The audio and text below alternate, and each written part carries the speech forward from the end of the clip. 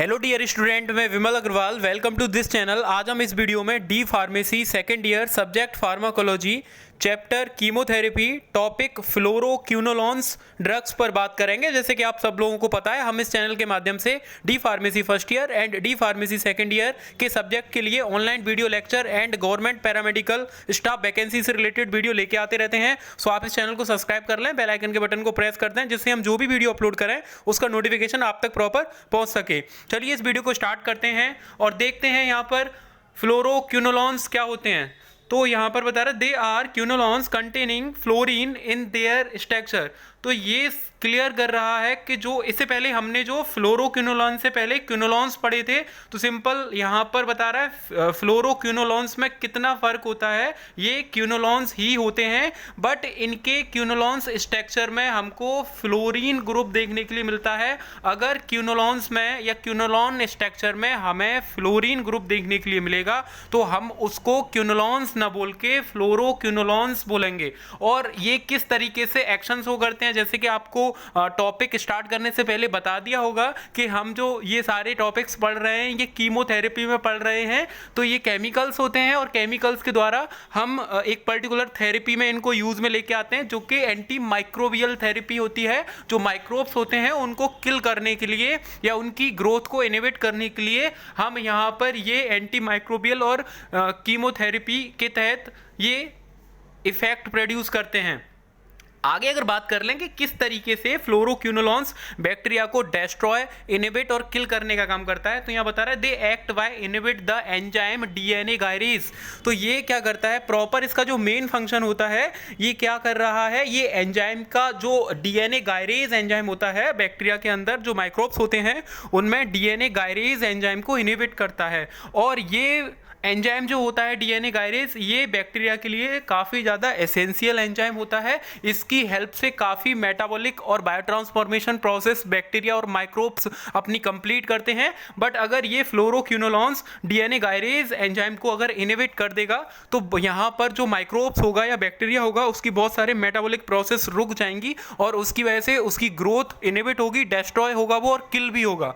आगे अगर हम बात कर लें कि इनको किस कैटेगरी में डिवाइड किया गया है, कितनी कैटेगरी में, तो यहाँ पर ये जो फ्लोरोक्विनोलॉन्स हैं इनको दो कैटेगरी में डिवाइड किया गया है। इसका जो क्लासिफिकेशन है वो दो कैटेगरी में इनको डिवाइड किया गया है।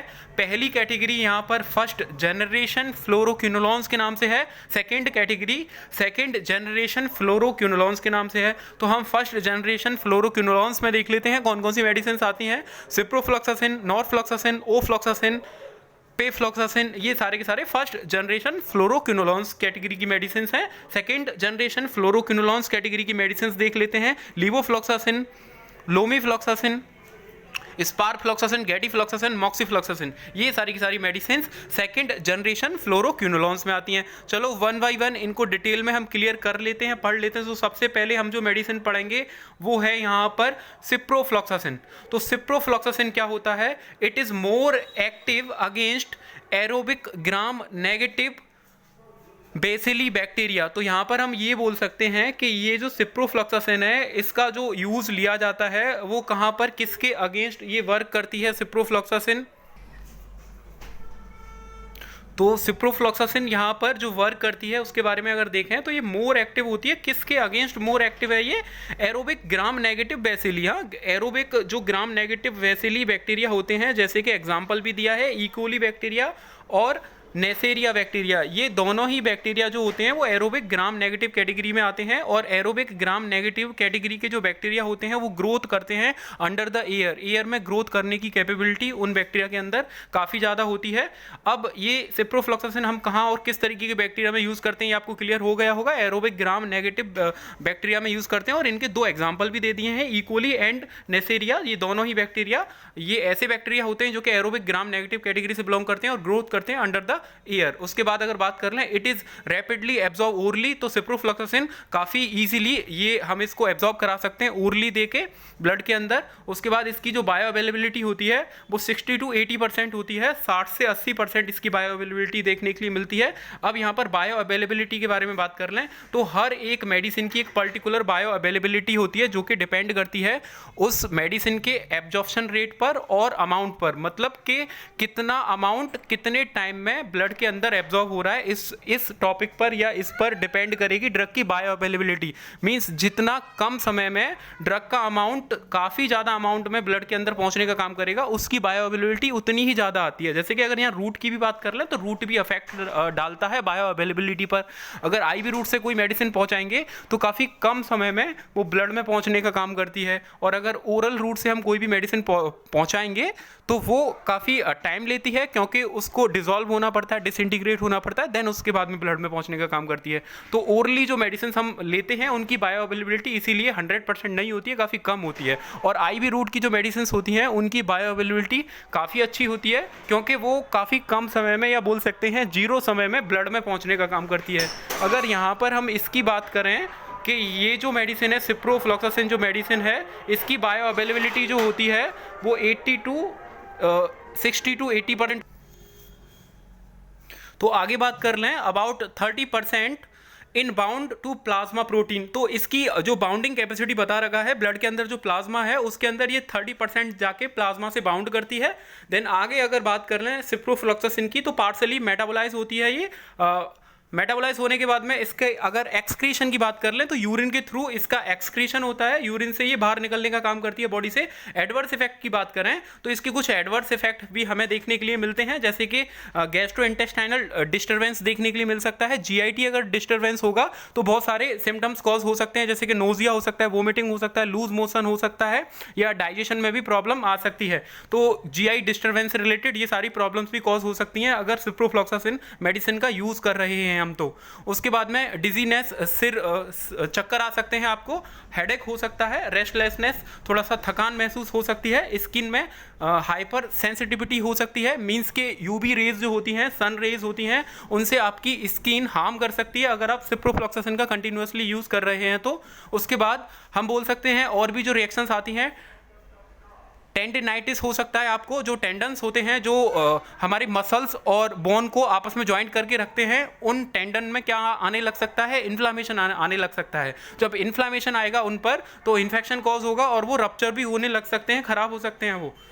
उसके बाद में अगर इसके यूजेस की बात कर लें तो इसको यूटीआई इन्फेक्शंस के लिए यूज़ कर सकते हैं। सिप्रोफ्लॉक्सासिन को यूरिनरी ट्रैक्ट इन्फेक्शंस के लिए हम यूज़ कर सकते हैं। उसके बाद में गोनोरिया में भी इसका यूज़ देखने के लिए मिलता है। गोनोरिया एक बैक्टीरियल सेक्सुअल ट्रांसमिटेड डिजीज़ होती है जिसमें इनफर्टिलिटी कॉज होती है। फर्टिलिटी की जो रेट है वो काफ़ी कम हो जाता है, तो उसको ट्रीट करने के लिए भी सिप्रोफ्लॉक्सासिन का यूज़ किया जाता है। आगे अगर बैक्टीरियल गैस्ट्रोएंटेरिटाइटिस की बात करें तो यहाँ पर इस पर्टिकुलर डिजीज में भी हम इसका यूज़ कर सकते हैं। और गैस्ट्रोएंटेरियोटाइटिस जो होता है, एंटेरिटाइटिस जो होता है, इसमें क्या होता है, गैस्ट्रो मतलब जो स्टमक है, और एंटेरियो मतलब इंटेस्टाइन, स्टमक और इंटेस्टाइन में इन्फ्लामेशन आना किसी बैक्टीरियल इन्फेक्शन की वजह से।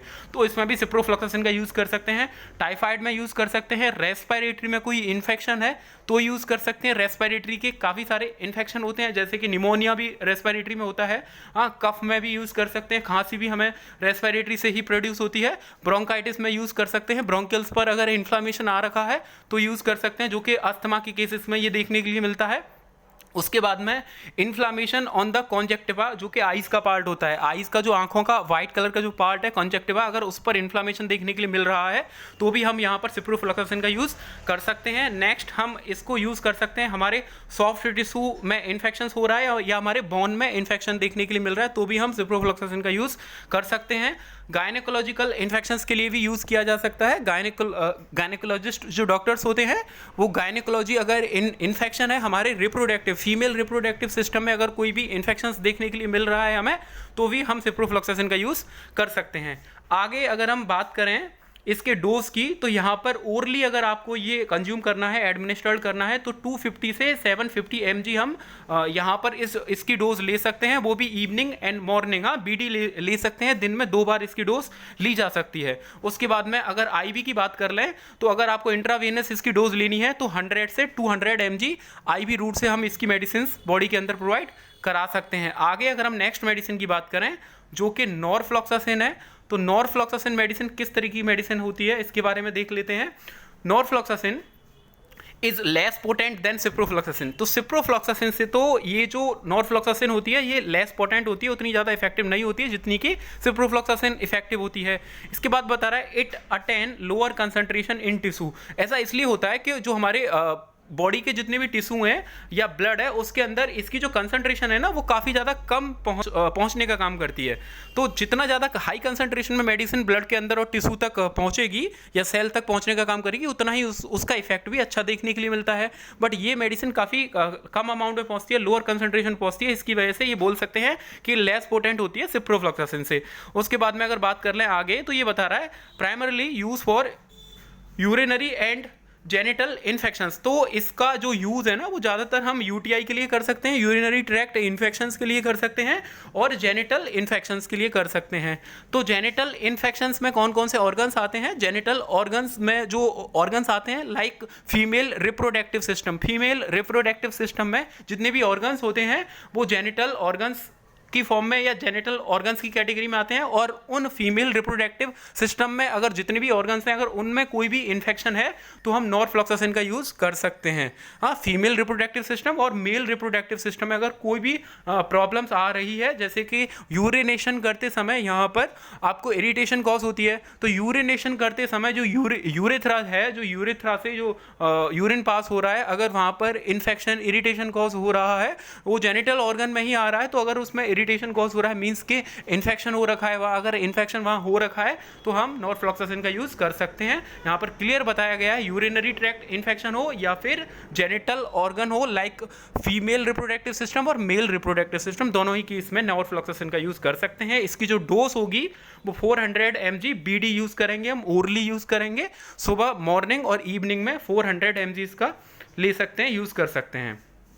अगर आगे बात कर लें पीफ्लॉक्सासिन जो है, pefloxacin it is methyl derivative of norfloxacin. तो नॉरफ्लॉक्सासिन का ही मिथाइल डेरिवेटिव होता है पीफ्लॉक्सासिन और it is more lipid soluble and completely absorb. और ये जो होता है ना ये लिपिड सॉल्युबल होता है। ये मिथाइल डेरिवेटिव जो होता है नॉरफ्लॉक्सासिन का जो पीफ्लॉक्सासिन के नाम से आता है, ये कैसा होता है? मोर लिपिड सॉल्युबल होता है, लिपिड में अच्छे से सॉल्युबल हो जाता है, इसकी वजह से कंप्लीटली एब्जॉर्ब कर जाता है ये ब्लड के अंदर स्टमक से।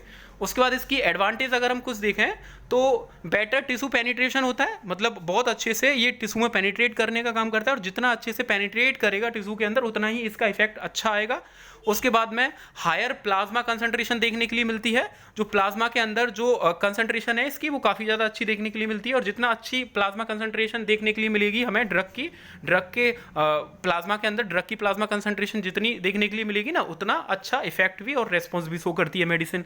हायर CSF कंसंट्रेशन देखने के लिए मिल सकती है। हाँ, CSF मतलब सेरिब्रो स्पाइनल फ्लूइड। हाँ, सेरिब्रल जो होता है उसमें जो स्पाइनल है उसका जो फ्लूइड होता है वहाँ पर भी इसकी कंसंट्रेशन ज़्यादा देखने के लिए मिलती है। तो वहाँ पर अगर कोई भी प्रॉब्लम है, कोई भी इन्फेक्शन है तो वहाँ पर भी इसका यूज़ किया जा सकता है। आगे फोर्थ पॉइंट की बात करें तो लॉन्गर प्लाज्मा हाफ लाइफ।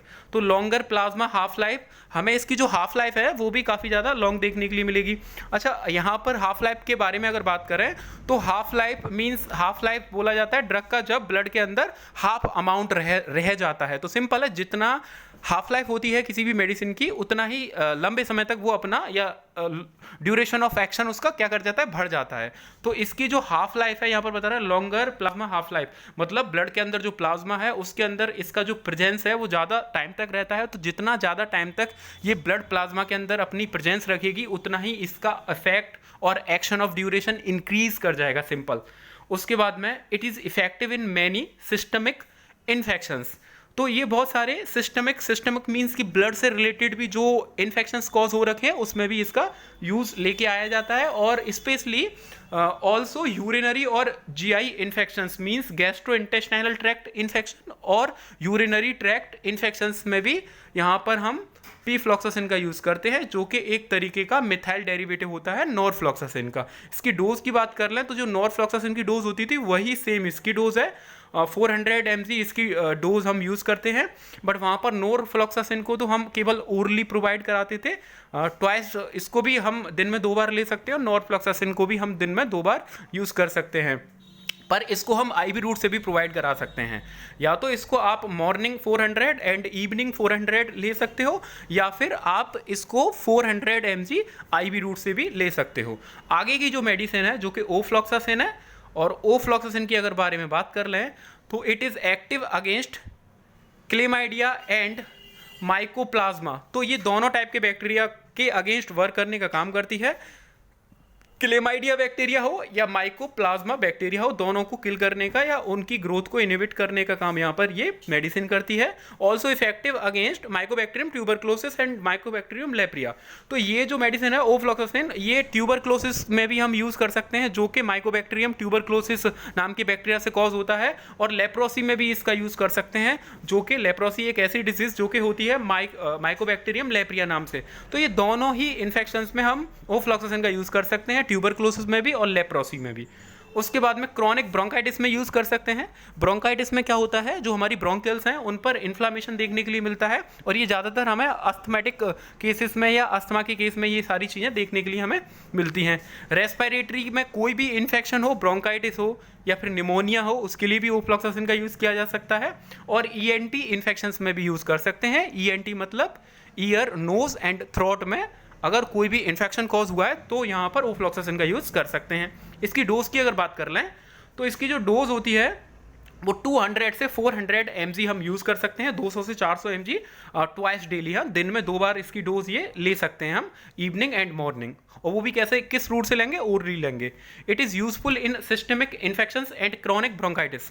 तो हमारे ब्लड से रिलेटेड अगर कोई भी इन्फेक्शन कॉज हो रखा है तो भी हम यहाँ पर इस मेडिसिन का यूज़ कर सकते हैं, ओफ्लॉक्सासिन का। और क्रॉनिक ब्रोंकाइटिस, जो हमारी ब्रोंकियल्स हैं उनके अंदर इन्फ्लामेशन आ रखा है और काफ़ी लंबे समय से इन्फ्लामेशन अगर है देखने के लिए मिल रहा है, तो यहाँ पर ओफ्लॉक्सासिन का यूज़ कर सकते हैं। आगे मेडिसिन जो है उसकी बात कर लेते हैं, जो कि लीवोफ्लॉक्सासिन है। तो लीवोफ्लॉक्सासिन क्या होता है, it is levo isomer of ofloxacin. तो सिंपल ओफ्लॉक्सासिन का ही आइसोमर होता है जो कि लीवो आइसोमर होता है।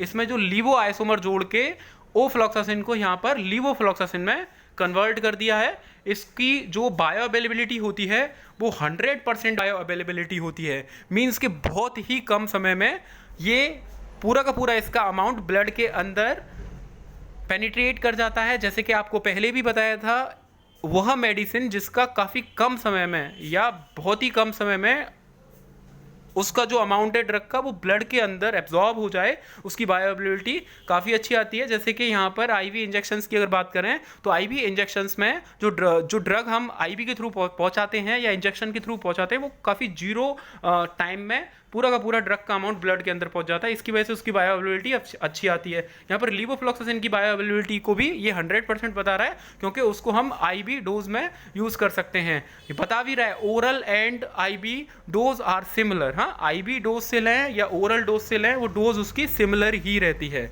It is useful in community स्काइड पिनोमोनिया। तो निमोनिया में इसका यूज़ कर सकते हैं। तो निमोनिया केसेस में क्या होता है, जो हमारे लोअर पार्ट ऑफ रेस्पिरेटरी हैं, जहाँ से एक्सपायरेशन और इंस्पायरेशन होता है, ऑक्सीजन का बॉडी के अंदर पहुँचना, या बोल सकते हैं जो रेस्पिरेटरी है, जो लंग्स हैं, लंग्स का जो लोअर पार्ट है, उधर से जो ऑक्सीजन है वो हार्ट तक पहुँचने का वर्क करता है, और जो हार्ट से कार्बन डाइऑक्साइड है वो हमारे लंग्स तक आने का काम करता है। तो ये lower part of the lungs ये करते हैं, इसके लिए रिस्पॉन्सिबल होते हैं। तो वहाँ पर अगर निमोनिया हो जाता है तो म्यूकस का फॉर्मेशन इतना ज़्यादा बढ़ जाता है कि इंस्पायरेशन और एक्सपायरेशन में प्रॉब्लम आने लगती है, जिससे सांस लेने में कैंडिडेट को प्रॉब्लम होने लगती है। तो उस केसेस में भी लीवोफ्लॉक्सासिन का यूज़ किया जाता है। जैसे कि कोविड के केस में काफ़ी देखने के लिए मिलता होगा आपको कि वहाँ पर जो ऑक्सीजन का लेवल है वो बॉडी के अंदर कम हो जाता है, सांस लेने में इंसान को काफ़ी ज़्यादा प्रॉब्लम्स होती है। तो वो प्रॉब्लम किस वजह से हो रही है, क्योंकि जितने भी कोविड के केसेस थे उनमें निमोनिया कॉज हुआ था। अब निमोनिया में क्या हुआ था, जो लोअर पार्ट ऑफ लंग्स है वो डैमेज होने लगा, उनमें इन्फेक्शंस कॉज होने लगा, उसमें म्यूकस का फॉर्मेशन बढ़ने लगा, जिससे इंस्पायरेशन और एक्सपायरेशन जो प्रोसेस है ना, ऑक्सीजन और कार्बन डाइऑक्साइड का जो एक्सचेंज प्रोसेस है, वहाँ पर क्या आया, वहाँ पर स्टॉप, और वहाँ पर उसमें कोई प्रॉब्लम आई, रुकने का उसमें वर्क इंक्रीज किया, उसकी वजह से ये प्रॉब्लम देखने के लिए मिली। तो उसमें भी लीवोफ्लॉक्सासिन का यूज़ किया गया था, जिसकी डोज 500 mg डेली बेसिस पर उसका यूज़ किया जाता है। दिन में 1 टाइम 500 mg उसका यूज़ किया जाता है, वो भी ओरली सिंगल डेली डोज होती है ये, और ये सफिशियंट होती है। 500 mg ही लेनी है अगर यहाँ पर लीवोफ्लॉक्सासिन की डोज लेनी है, और इसका एक पर्टिकुलर टाइम होता है इसको हम यूज़ कर सकते हैं 15 डेज तक, हाँ 15 दिन तक हम इसको लीवोफ्लॉक्सासिन का यूज़ कर सकते हैं, और करना भी चाहिए हमको 15 दिन मिनिमम, और मैक्सिमम बोलें तो इसका यूज़ हमें 15 दिन करना चाहिए निमोनिया के केस में। तो वहाँ पर काफ़ी रिलीफ देखने के लिए आपको मिलेगा। आगे अगर हम बात कर लें लोमीफ्लॉक्सासिन की, अगर बात कर लें तो लोमीफ्लॉक्सासिन भी यहाँ पर फ्लोरोक्विनोलॉन्स कैटेगरी की ही मेडिसिन होती है। इसकी अगर बात करें आगे तो it is more active against gram negative bacteria and chlamydia. तो क्लेमाइडिया बैक्टीरिया और ग्राम नेगेटिव बैक्टीरिया के अगेंस्ट लोमीफ्लॉक्सासिन काफ़ी अच्छा रेस्पॉन्स शो करती है। क्लाइमीडिया एक ऐसी डिजीज़ है जो कि सेक्सुअल ट्रांसमिटेड डिजीज़ में आती है। तो इन दोनों ही डिजीज़ में लोमीफ्लॉक्सासिन का यूज़ किया जाता है, और इसकी जो हाफ लाइफ होती है ना, जो टी हाफ लाइफ यहाँ पर जो बता रहा है, हाफ लाइफ जो होती है वो लॉन्गर होती है। मींस के ब्लड के अंदर इसकी कंसंट्रेशन काफ़ी लंबे समय तक प्रेजेंस रखती है, और जितना ब्लड के अंदर किसी भी ड्रग की कंसंट्रेशन अपनी प्रेजेंस रखेगी उतना ही उसका एक्शन ऑफ ड्यूरेशन बढ़ जाएगा। तो लॉन्गर इसका हाफ लाइफ रहेगा, तो इफेक्ट भी हमें ज़्यादा देखने के लिए मिलता है फॉर सिंगल एडमिनिस्ट्रेशन। हाँ, और इसका सिंगल एडमिनिस्ट्रेशन होता है वंस डेली ओरली। हाँ, दिन में एक बार लेना है, और वो भी कैसा लेना है, ओरली रूट से प्रोवाइड कराना है, और इसकी जो डोज रहेगी वो 400 mg रहती है। आगे अगर हम बात करें तो नेक्स्ट जो मेडिसिन है उसका नाम है स्पारफ्लॉक्सासिन। तो sparfloxacin has enhance activity against gram positive bacteria. तो ये भी ग्राम पॉजिटिव बैक्टीरिया के अगेंस्ट अपनी एक्टिविटी को इन्हांस करा के उसको उसकी ग्रोथ को इनिवेट किल करने का काम करती है, उसको डिस्ट्रॉय करने का काम करती है। और इसको हम ज़्यादातर यूज़ करते हैं निमोनिया के केस में, या फिर बोल सकते हैं क्रॉनिक ब्रोंकाइटिस में भी यूज़ करते हैं। एक क्रॉनिक ब्रोंकाइटिस हुआ या निमोनिया हुआ, दोनों ही रेस्पिरेटरी इन्फेक्शंस होते हैं।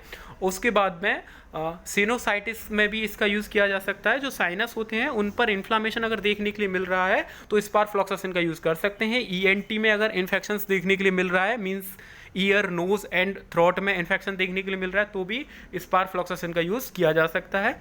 It can provide फोटोटॉक्सिक reactions. हाँ, तो ये फोटोटॉक्सिक रिएक्शंस क्रिएट कर सकती है। अगर स्पारफ्लॉक्सासिन का हम डेली बेसिस पर यूज़ कर रहे हैं तो यूवी रेज या हम बोल सकते हैं लाइट से हमें कुछ ना कुछ कोई ना कोई रिएक्शंस कॉज हो सकती है बॉडी के अंदर, और वो हमारे लिए काफ़ी ज़्यादा टॉक्सिक रहेगी। तो ये फोटोटॉक्सिक रिएक्शंस कॉज कर सकती हैं, उतना हमें ध्यान रखना है। ये एक तरीके का इसका एडवर्स रिएक्शंस हम इसको बोल सकते हैं।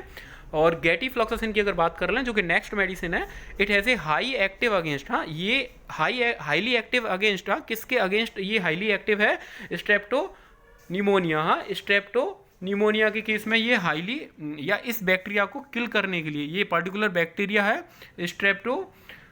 स्ट्रेप्टोनिमोनिया बैक्टीरिया को किल करने के लिए गैटीफ्लॉक्सासिन का यूज़ किया जाता है। ये स्पेसिफिक बैक्टीरिया को किल करने के लिए यूज़ में लाई जाने वाली मेडिसिन है जिसका नाम गैटीफ्लॉक्सासिन है। उसके बाद में मैनी एटिपिकल रेस्पिरेटरी पैथोजेंस। हाँ, तो रेस्पिरेटरी में जो और भी बैक्टीरिया हैं, जो पैथोजेंस हैं, जो माइक्रोब्स हैं, अगर वो प्रॉब्लम क्रिएट कर रहे हैं, वो इन्फेक्शन कॉज कर रहे हैं, जो कि रेस्पिरेटरी से रिलेटेड कोई भी प्रॉब्लम क्रिएट कर रहे हैं, तो भी गैटीफ्लॉक्सासिन का यूज़ किया जा सकता है। इसकी स्पेसिफिक यूज़ की अगर बात करें तो निमोनिया में यूज़ कर सकते हैं, क्रॉनिक ब्रोंकाइटिस में यूज़ कर सकते हैं, और रेस्पिरेटरी इन्फेक्शंस में इसका यूज़ कर सकते हैं। तो बेसिकली अगर बात करें तो गैटीफ्लॉक्सासिन को रेस्पिरेटरी ट्रैक्ट इन्फेक्शंस के लिए यूज़ कर सकते हैं, या रेस्पिरेटरी में निमोनिया हो, या फिर रेस्पिरेटरी की जो ब्रोंकियल्स हैं उनमें लंबे समय से चली आ रही इन्फ्लामेशन के लिए भी गैटीफ्लॉक्सासिन का यूज़ किया जा सकता है। आगे एडवर्स रिएक्शंस की बात करें तो ये क्या कॉज कर सकती है, ये एडवर्स इफेक्ट हमको क्या दे सकती है, ये टैकीकार्डिया कर सकती है। टैकीकार्डिया जैसे कि पहले भी बताया है, टैकीकार्डिया में क्या होगा, देखो दो तरीके की मेडिसिन वो डिजीज़ होती हैं, एक टैकीकार्डिया और एक बेडीकार्डिया। तो ये टैकीकार्डिया और बेडीकार्डिया ये किस डिजीज़ का पार्ट होता है, ये अरिदमिक नाम की एक डिजीज़ होती है। अरिदमिया में क्या होता है, imbalance of heart beat, imbalance of heart beat cause होती है अरिदमिया में। इम्बैलेंस मीन्स के जो नॉर्मल रेंज होती है ना हमारी हार्ट बीट की 60 to 100, 60 से कम होना हार्ट बीट का वो भी इम्बैलेंस कहलाया जाएगा, और 100 से ज़्यादा होना वो भी इम्बैलेंस कहलाया जाएगा। तो अरिदमिया में इम्बैलेंस ऑफ हार्ट बीट होता है। बोल सकते हैं अगर 100 से ऊपर की तरफ हार्ट बीट मूव करती है तो टैकीकार्डिया कॉज होगा, और 60 से नीचे की तरफ मूव ऑन करती है हार्ट बीट पर मिनट तो ब्रेडीकार्डिया कॉज होगा। तो सिंपल है, यहाँ पर 100 से ज़्यादा आपको हार्ट बीट देखने के लिए मिल सकती सकती है अगर आप गैडिफ्लॉक्सासिन का यूज़ कर रहे हैं, क्योंकि इसका एडवर्स इफेक्ट होता है टैकीकार्डिया, और tachycardia means above 100 heart beat देखने के लिए मिल सकती है। कार्डिक डिस्टर्बेंस देखने के लिए मिल सकता है, वही इम्बैलेंस ऑफ हार्ट बीट। उसके बाद में फोटो टॉक्सिसिटी क्रिएट कर सकती है, जो लाइट होती है उससे रिएक्शन कॉज करके ये एलर्जिक रिएक्शंस कॉज कर सकती है, जो कि टॉक्सिक हो सकती है हमारे बॉडी के लिए। उसके बाद हमारी जो सेंट्रल नर्वस सिस्टम होता है उस पर इफेक्ट डाल सकती है, हमारे फेस पर स्वेलिंग भी लेके आ सकती है। ये इसके सारे के सारे एडवर्स इफेक्ट होते हैं, साइड इफेक्ट होते हैं। उसके बाद में अगर आगे मेडिसिन की बात करें, जो कि लास्ट मेडिसिन है मॉक्सीफ्लॉक्सासिन। तो मॉक्सीफ्लॉक्सासिन क्या होती है? It is a long active second generation fluoroquinolones. तो ये second generation of fluoroquinolones category से मेडिसिन बिलोंग करती है मॉक्सीफ्लॉक्सासिन। और ये जो मेडिसिन है ये किसके अगेंस्ट वर्क करती है? तो ये स्पेसिफिक इसको यूज़ किया जाता है ट्यूबरक्लोसिस नाम की डिजीज़ में, जो कि कॉज होती है माइकोबैक्टीरियम ट्यूबरक्लोसिस नाम के बैक्टीरिया से। उसके बाद इसकी कुछ स्पेसिफिक यूज़ की बात कर लें तो ब्रोंकाइटिस में, निमोनिया में एंड सिनोसाइटिस में और ईएनटी इन्फेक्शंस में इसका यूज़ किया जा सकता है। ब्रोंकाइटिस आपको पता होगा, inflammation on the bronchioles. Pneumonia आपको पता ही होगा, lower part of lungs like एल्बियोली इन्फेक्शंस और mucus formation increase. Sinusitis means inflammation on the sinus, and ENT infections means inflammation in ear, nose and throat. तो अगर ये आपको इस वीडियो में कोई भी क्वेरी है, कुछ चीज़ें क्लियर नहीं हुई हैं, नई चीज़ें समझ में आई हैं, तो वन टाइम तो यही रिकमेंड करेंगे हम कि आप इसको वन टाइम और वॉच करो वीडियो को प्रॉपर तरीके से। आप देखोगे जब इस वीडियो को रिपीट मोड पर जब आप देखोगे तो आपको सेकेंड टाइम में ये क्लियर हो जाएंगी। और फिर भी कोई क्वेरी है, कुछ स्पेसिफिक कुछ स्पेशल क्वेरी है, तो आप कमेंट सेक्शन में कमेंट करके उसको क्लियर कर सकते हो, उसको पूछ सकते हो, उसका रिप्लाई आपको जल्दी ही मिल जाएगा। इसी तरीके की वीडियो देखने के लिए चैनल को सब्सक्राइब करें, बेल आइकन के बटन को प्रेस करें, जिससे हम जो भी वीडियो अपलोड करें उसका नोटिफिकेशन आप तक पहुंच सके।